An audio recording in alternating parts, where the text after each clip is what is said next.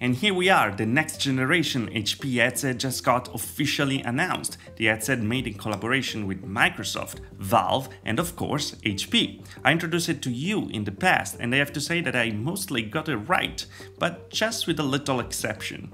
Hey, Ty here, so welcome to the VR Tech channel, and let's talk once more about the Reverb G2, but this time with all the different details in this everything you need to know video about this awesome headset and its controllers. Let's get into it. As we saw in the past, there is much more Valve in this headset than what we thought. Valve really liked the Reverb project, and they decided to really jump on board, and HP did something that everyone should do when Valve is interested.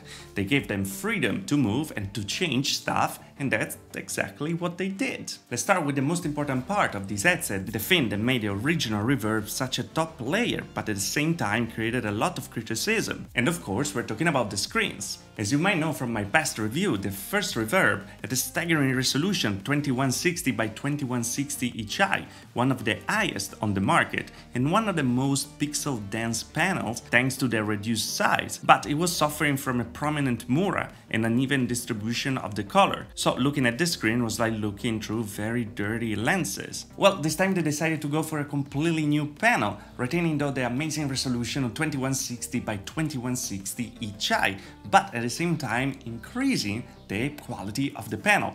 Here you're gonna find a better contrast and at the same time a much higher brightness.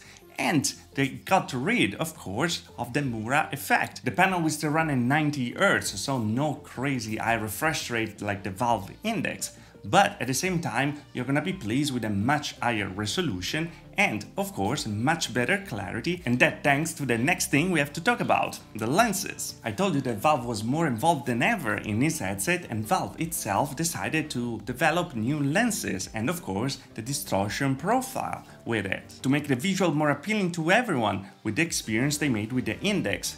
Here we have completely new lenses, and with that also wanted by Valve, to me an absolute need, manual IPD adjustment with a little slide on the bottom that resemble of course the one of the Valve Index. The IPD range will be from 60 to 68, plus of course the addition of the bigger sweet spot with these lenses, something that was really needed in the first version that really had lack of clarity when it came to the edges of the vision. But now I have to tell you a so-and-so news, because unfortunately we don't have to expect any additional FOV. We're still gonna retain the same 114 degrees that we had in the original Reverb, and that never really felt as large as it sounds. But let's keep going, because the Valve influence of course didn't stop here. We have to talk about the audio, and well, what's particular about the audio is that the exact same audio on the Valve Index. Now, I really love the audio, I feel that it's the best expression of audio in a VR headset. I said audio so many times, and I'm gonna keep saying it because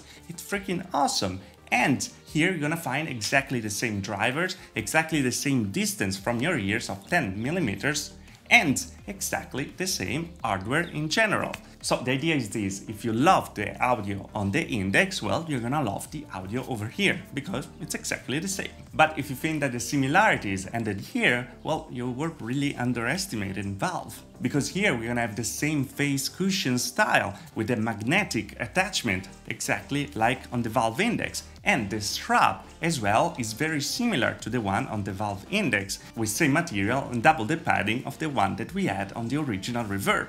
Oh, and I forgot to tell you that the headphones are actually removable, so if you want to remove them for some reason, well, you can, you know, choices. The only difference that you're gonna find in the strap over here is that you're not gonna find a knob in the back like the Index, but it will be a 3-point Velcro attachment, like the one that we saw on the original Reverb. But like the Index, you're gonna be able to do something very particular that I really love. It's gonna have a flip-up screen function. So if you want to see the external world with your own eyes instead of a cameras, well, you can now. How convenient. And talking about the cameras, of course, here we have a new tracking solution. We are still on the Windows Mixed Reality platform, of course, but here we have 2 additional cameras, 2 on the side and 2 on the front. And just know that Valve considered this good enough to actually play Half-Life Alyx without any problem, throwing the grenades not like frisbees, but actually like real grenades. Not that I ever throw real grenades, by the way.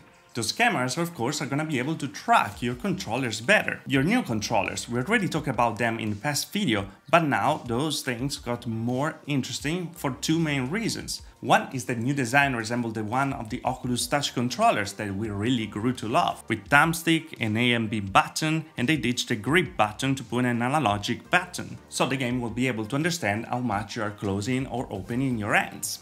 And the second, they're gonna be compatible with every Windows Mixed Reality headset. So even if you don't want to buy a new HP Reverb, well, you can just buy the new controllers because HP is gonna sell the new controllers and use them with your Odyssey, your Lenovo, your old HP, or every Windows Mixed Reality headset you have. And that's freaking awesome. Just a little note though, you're not gonna be able to use the old controllers with the new HP Reverb. And that's a kind of strange, but well, that's the thing over here.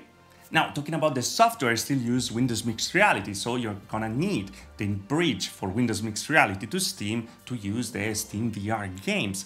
But this time Valve, of course, is on board, so they got inside directly to develop this app even better and to make sure that every game is compatible with the HP Reverb this time. It's gonna connect to the PC with a DisplayPort and a USB Type-C for power and data delivery.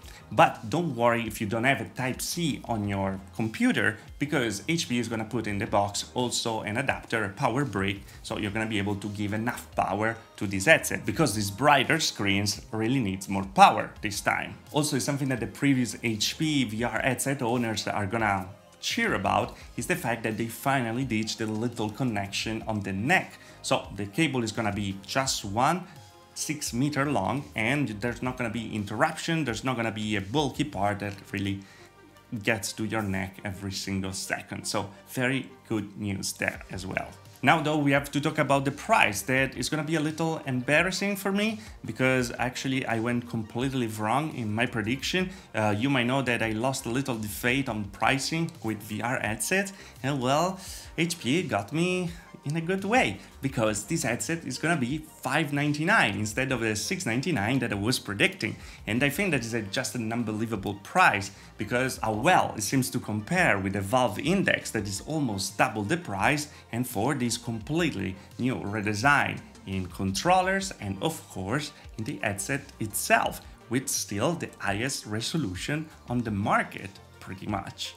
To be honest though, and I think you can see it, I'm pretty excited by this headset because I really love the first HP virtual reality headset. The second one, the Reverb, was so-and-so for the reason that we said, and well, with this one seems like they did pretty much everything right. Collaborating with Valve was the best thing ever, and I really hope that we're gonna see more manufacturers working with them to create different shades of the Index that, to me, or my advice, is the best headset out there right now. Of course, I wish they went with a bigger FOV and a faster refresh rate, but at the same time, I actually understand the fact that they wanted to push a very high resolution 2.4K displays. I know easy to run, and well, 90 Hz anyway is a benchmark in VR still right now, and that resolution is saying something much higher than anything else. So you're gonna have the choice of going with a very high refresh rate and the Valve Index with a great tracking, or to go with this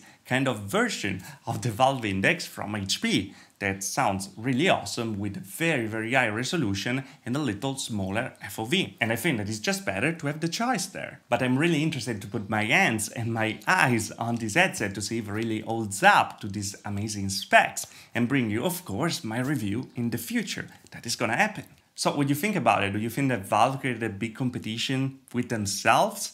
And would you go for a higher resolution and smaller FOV and less refresh rate? Or with a bigger FOV, less resolution, but more refresh rate? Let me know in the comment below. And as always guys, if you liked the video, like. If you didn't like the video, dislike. Subscribe to the channel for more VR tech and all the news about this amazing period in VR. And of course, remember then down there we have the t-shirts that are gonna help to support the channel, and the stickers. Back to VR stuff is very interesting. Check it out in the description below. And you can also support the channel joining down there. Thanks of course to all the supporters. You're gonna find them with a little tag tier on the name. And well, that's all for now. I see you again in the next video. Thanks for watching. Ciao.